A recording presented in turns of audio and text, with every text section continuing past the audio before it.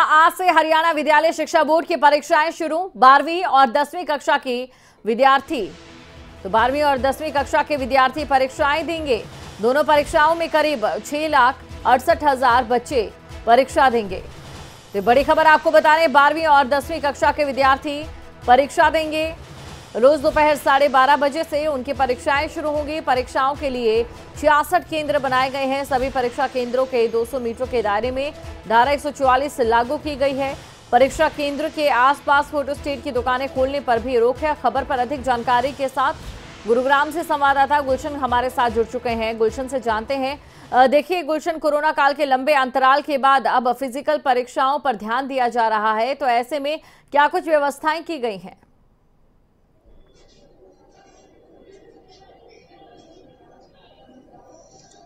देखिए दीपशिका, बिल्कुल जिस तरह से कोरोना काल में हमने देखा कि ऑनलाइन परीक्षाएं हो रही थी और आज अब फिजिकल परीक्षाएं जो है शुरू हो गई हैं और आज से 12वीं की परीक्षा, हरियाणा विद्यालय शिक्षा बोर्ड की परीक्षा जो है 12वीं कक्षा की आज से शुरू हो रही है। जिसके लिए अगर गुरुग्राम की बात करें तो गुरुग्राम में 66 केंद्र जो है बनाए गए हैं, जहां पर 8,707 जो छात्र हैं वो परीक्षा देंगे। इस समय मैं एक सेंटर पर मौजूद हूं जहां पर लगभग 600 बच्चे जो हैं परीक्षा देंगे।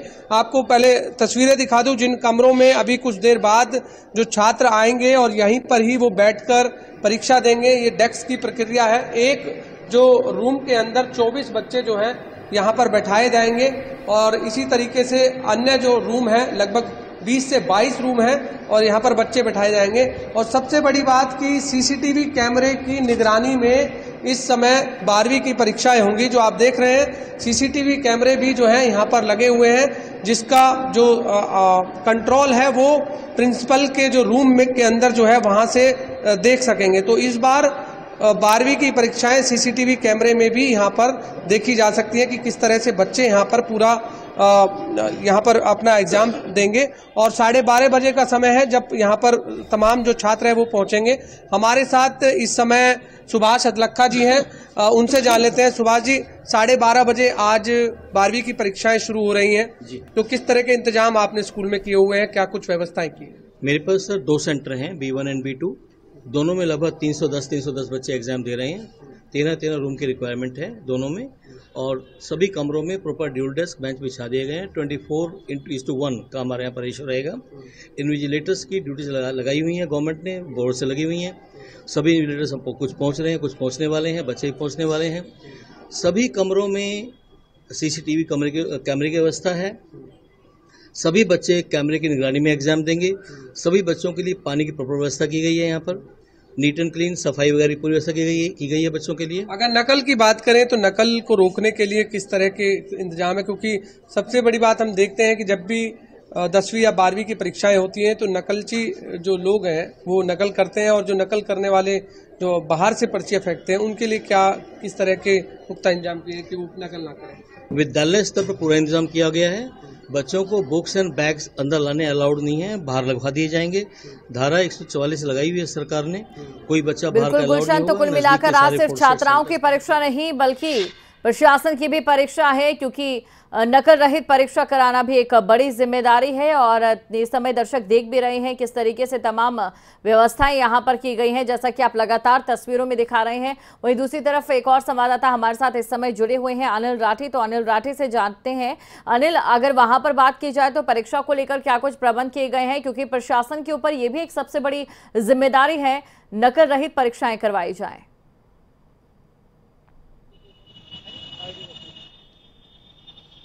जी बिल्कुल दीपशिका, देखिए कहीं न कहीं एक अहम जिम्मेदारी जो है वो इस दौरान होती है, क्योंकि नकल रहित जो परीक्षा है वो उसको करवाने की। और इसी कड़ी में हम यहाँ पे खड़े हुए हैं। बल्लभगढ़ का सरकारी स्कूल है ये। इसी स्कूल के अंदर जो है वो सेंटर है। लगभग कई हजार जो बच्चे हैं वो इससे अपनी किस्मत अपना रहे हैं। और बात करी जाए पूरे हरियाणा की तो कई लाख छात्र जो है वो अपनी आज किस्मत जो है वो यहाँ आजमाने के लिए, परीक्षा देने के लिए पहुंचेंगे। और ये देखिए जायजा मैं आपको दिखा देता हूँ। सबसे पहले एक बार गेट देख सकते हैं। गेट जो है वो पूरे तरीके से बंद कर दिया गया है। किसी को भी जो है वो अंदर एंट्री नहीं है। सिर्फ जिसका एग्जाम है उसको ही जो है वो एंट्री दी जा रही है, और या फिर जो छात्र हैं वो ही एंट्री, जो शिक्षक हैं वो ही एंट्री करने के लिए आ रहे हैं। और ये देखिए तमाम उन स्कूलों के अंदर बात करी जाए तो जो पहले की व्यवस्था है जो वो किस तरीके से चल रही है। और ये देखिए फिलहाल हालांकि ये तो 11th के एग्जाम चल रहे हैं बच्चों के, लेकिन कहीं ना कहीं आप देख सकते हैं कि पूरी तैयारी जो है वो, इससे ऊपर की बात कर जाए तो ऊपर वाले फ्लोर पे जो है वो पूरी तैयारी है। और ये 11th के एग्जाम हैं, अभी 12 बजे तक 12:30 बजे तक इनके एग्जाम होंगे और उसके बावजूद 12th के और 10th के जो पेपर हैं वो शुरू हो जाएंगे।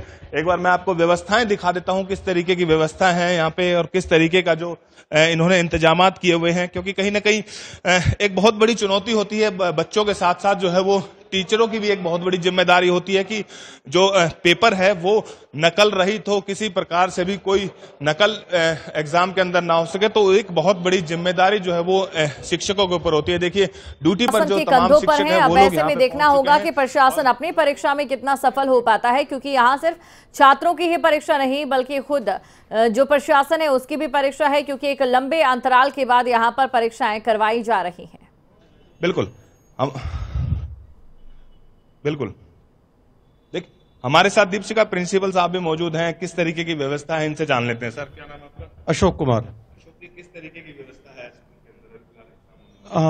स्कूल में? जो भी बोर्ड्स की गाइडलाइंस हैं उसी के अकॉर्डिंग सारी व्यवस्था की हुई है। एक कमरे में जैसे 24 बच्चे बैठेंगे, आपको दिखाते हैं, 24 बेंच लगाई हुई है, सामने टीचर्स के लिए है और बिजली की, पंखे की, पानी की व्यवस्था सारी संपूर्ण कर ली गई है। जैसे ही बच्चे आएंगे उनका मास्क चेक किया जाएगा, यदि उनके पास मास्क नहीं हुआ तो मास्क प्रोवाइड करवाएंगे, हाथ सैनिटाइज कराए जाएंगे और एक बेंच पे एक ही बच्चा बिठाया जाएगा। क्योंकि कोरोना काल के बाद कहीं ना कहीं ये पहला एग्जाम है और एक बहुत बड़ी चुनौती भी है सरकार के लिए और शिक्षकों के लिए, वहीं बच्चों के लिए। जी सर, बिल्कुल। चुनौती क्या, ये तो बहुत अच्छी बात है एग्जाम हो रहा है, वरना पिछले साल तो एग्जाम ही नहीं हो पाया था। तो बच्चों को किसी भी तरह की कोई भी असुविधा नहीं होने देंगे। हमारे यहाँ 2 सेंटर हैं, B1 और B2, दोनों सेंटरों के लिए अलग अलग व्यवस्था अलग अलग कर ली गई है। बिल्कुल, देखिए दीपशिखा, तमाम जो तैयारियां हैं वो पूरी हो चुकी हैं। देखिए डेस्क जो है वो लिमिटेड डेस्क लगाए गए हैं। जिस तरीके से जो गाइडलाइन जो दी गई है सरकार की तरफ से, वो तमाम गाइडलाइनें जो हैं वो यहाँ पे फॉलो करते दिखाई दे रहे हैं टीचर, और इसी की तैयारी जो है वो पूरे तरीके से फिलहाल स्कूल प्रबंधन ने की हुई है। और गुलशन भी हमारे साथ बने हुए हैं, जैसा कि आप तस्वीरों में लगातार दिखा रहे हैं कि यहाँ पर कोशिश यही है प्रशासन की कि नकल रहित परीक्षा हो। गुलशन, आपसे जानना चाहेंगे, देखिए बच्चों की अगर बात की जाए, क्योंकि एक टाइम था जब कोरोना था और ऑफलाइन एग्जाम नहीं हो रहे थे, ऑनलाइन एग्जाम उनके हो रहे थे और काफी सहूलियत यहाँ पर, उससे काफी बच्चे खुश भी नजर आ रहे थे। लेकिन अभी अगर बच्चों के माइंडसेट की बात की जाए तो क्या है?